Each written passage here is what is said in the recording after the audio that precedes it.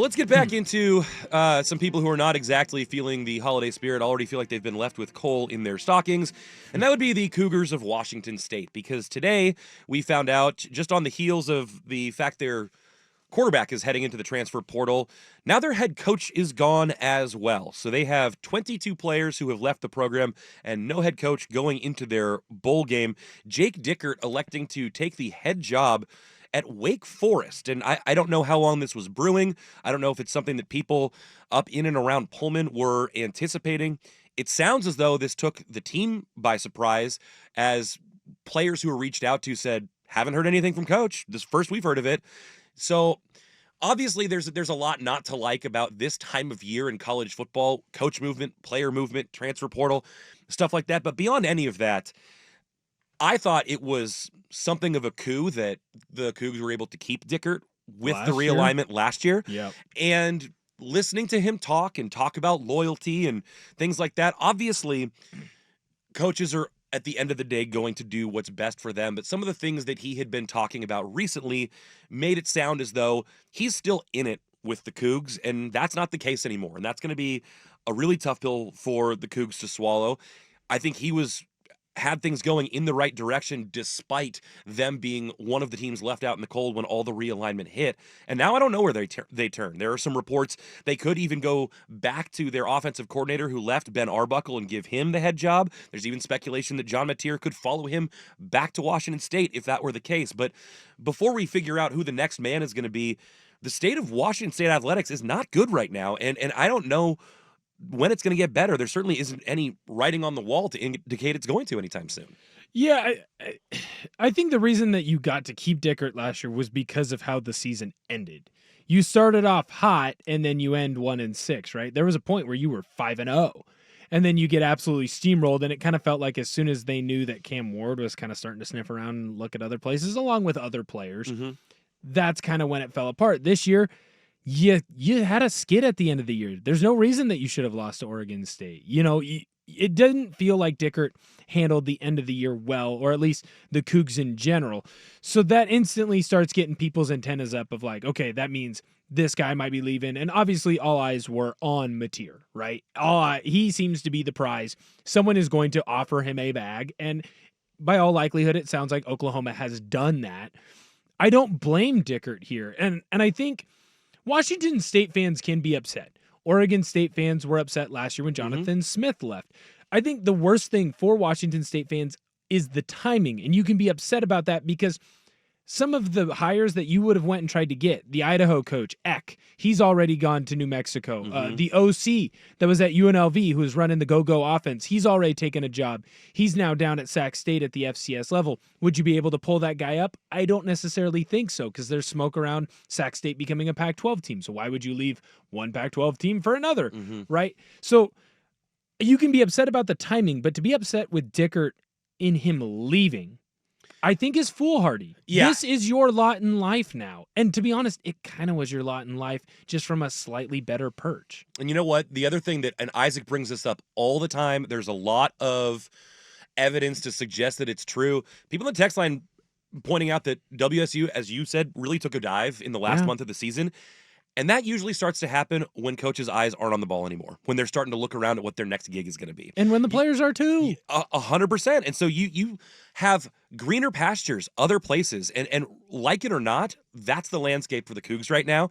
And that probably contributed to their late season slide. And it's hard to, I mean, I don't really know what you expect Dickert to do. It's just yet another reminder of the new unfortunate reality, and this one is maybe one of the biggest blows yet, besides just being left out of the realignment. Well, the other thing too is, like, if you get a better job offer, do you go, well, no, I'm loyal to my job here over at Sales Incorporated, I need to stay?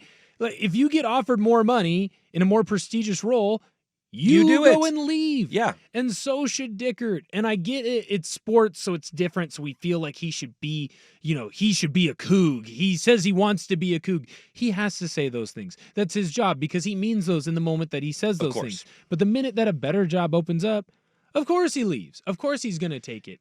The only issue that I might have with Dickert is how he handled it with the players. It sounds like he didn't go and talk to them. I think that's Bush League. You need to tell your players that you are moving on. So, I'm curious your perspective on this because I wonder is there a way that coaches are supposed to handle it? That Yes.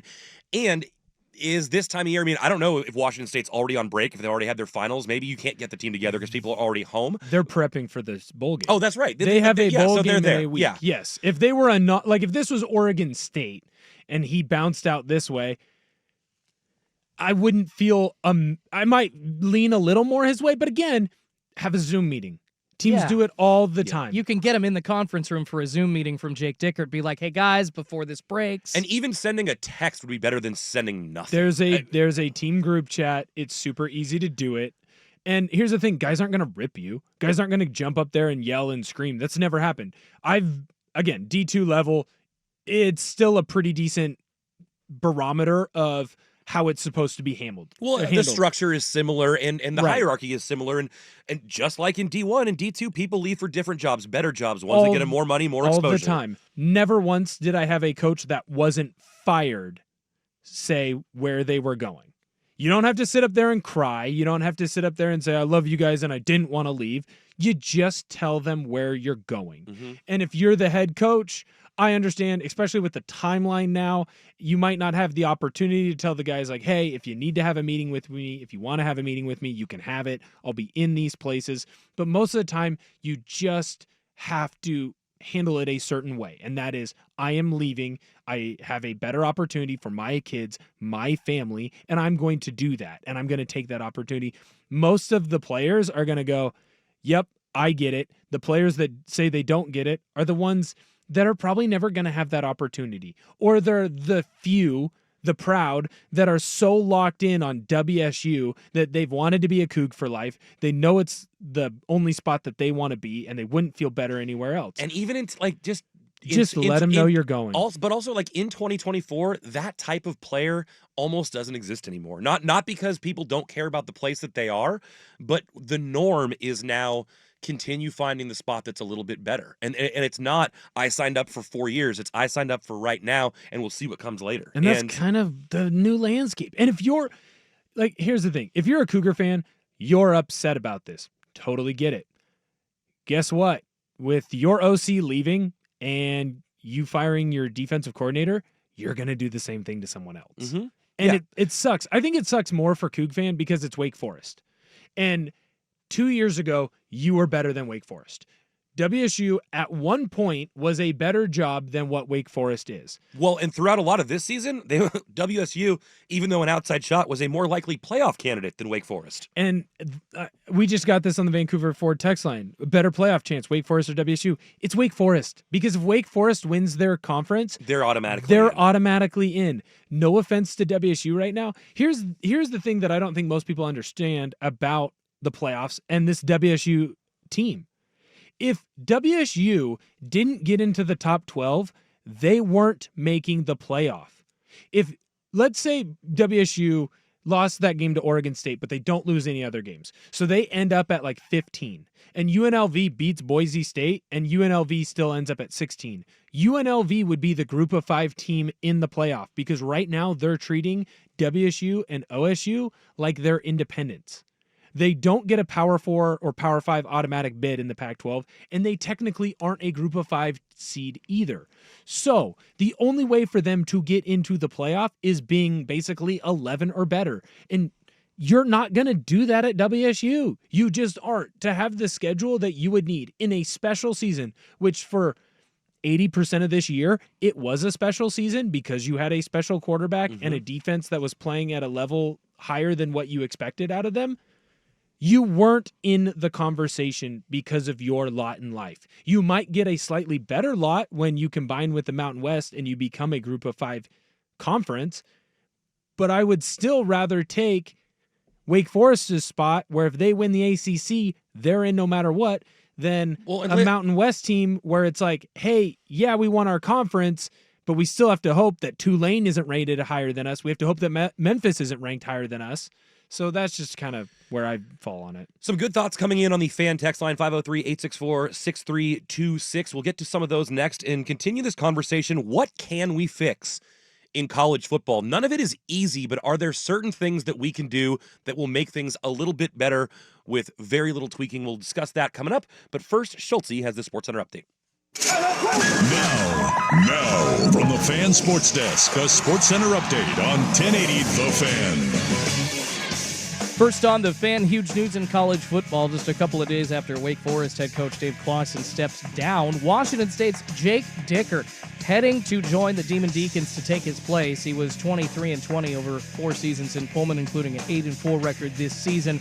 Washington State says their new head coach search will begin immediately.